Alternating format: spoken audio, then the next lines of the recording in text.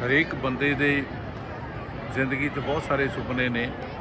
ਹਰੇਕ ਬੰਦਾ ਚਾਹੁੰਦਾ ਕਿ ਮੈਂ ਬਹੁਤ ਲੰਬਾ ਸਫ਼ਰ ਤੈਅ ਕਰਾਂ, ਪਰ ਦੁੱਖ ਇਸ ਗੱਲ ਦਾ ਹੁੰਦਾ ਕਿ ਜ਼ਿੰਦਗੀ ਛੋਟੀ ਹੋ ਜਾਂਦੀ ਹੈ। ਤੇ ਜਿਨ੍ਹਾਂ ਨੂੰ ਇੰਨੀ ਛੋਟੀ ਜ਼ਿੰਦਗੀ 'ਚ ਬਹੁਤ ਕੁਝ ਵੇਖਣ ਦਾ ਮੌਕਾ ਮਿਲਦਾ, ਅਸੀਂ ਉਹਨਾਂ ਖੁਸ਼ਕਿਸਮਤ ਲੋਕਾਂ 'ਚੋਂ ਹਾਂ। ਸ਼ਾਹੀ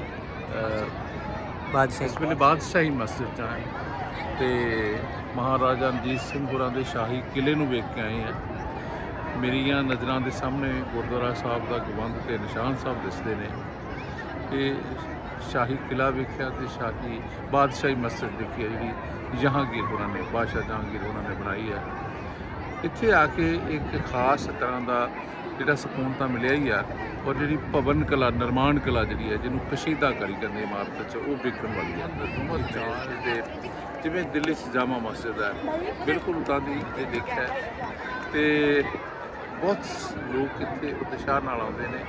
ਤੇ ਮੈਂ ਵੀ ਕਹਾਂਗਾ ਕਿ ਇਸ ਮਸਜਿਦ 'ਚ, ਇਸ ਬਾਦਸ਼ਾਹੀ ਮਸਜਿਦ 'ਚ ਦਾਖਲ ਹੋਣ ਵੇਲੇ ਮੁਹੰਮਦ ਇਕਬਾਲ ਹੋਰਾਂ ਦੀ ਜਿਹੜੀ ਕਬਰ ਹੈ, ਉਹ ਵੀ ਸ਼ੁਰੂਆਤ 'ਚ ਹੈ, ਦਾਖਲ ਹੋਣ ਵੇਲੇ ਹੈ। ਔਰ ਮੁਹੰਮਦ ਇਕਬਾਲ ਹੋਰਾਂ ਨੂੰ ਸਾਰੇ ਜਾਣਦੇ ਨੇ, ਜਿਨ੍ਹਾਂ ਨੇ ਜਦੋਂ ਸਾਂਝਾ ਹਿੰਦੁਸਤਾਨ ਤੇ ਪਾਕਿਸਤਾਨ ਸਾਂਝਾ ਸੀ, ਇੰਡੀਆ ਸੀਗਾ, ਉਹਨਾਂ ਨੇ ਲਿਖਿਆ ਸੀ ਕਿ ਸਾਰੇ ਜਹਾਂ ਸੇ ਅੱਛਾ ਹਿੰਦੁਸਤਾਨ ਹਮਾਰਾ। ਸੋ ਇੱਥੇ ਆ ਕੇ ਚੰਗਾ ਨਹੀਂ, ਬਹੁਤ ਚੰਗਾ ਲੱਗਿਆ।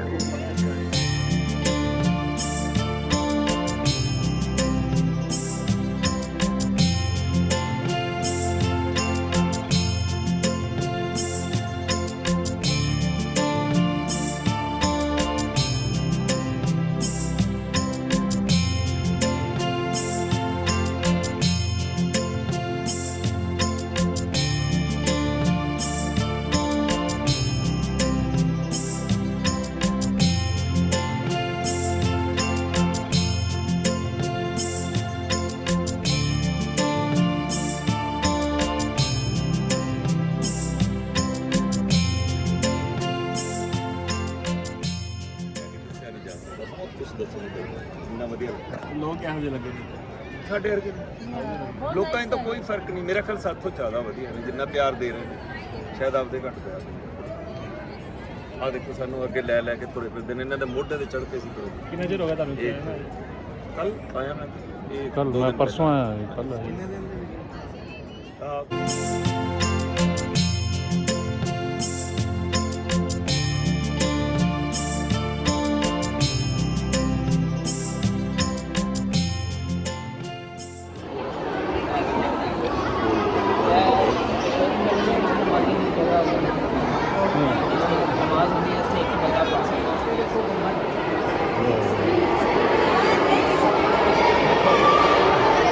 ਅੰਦਰੋਂ ਵੇਖੋ, ਨਕਸ਼ਕਾਰੀ ਦੇਖੋ, ਦੇਖੋ ਅੰਦਰੋਂ ਸਾਰੇ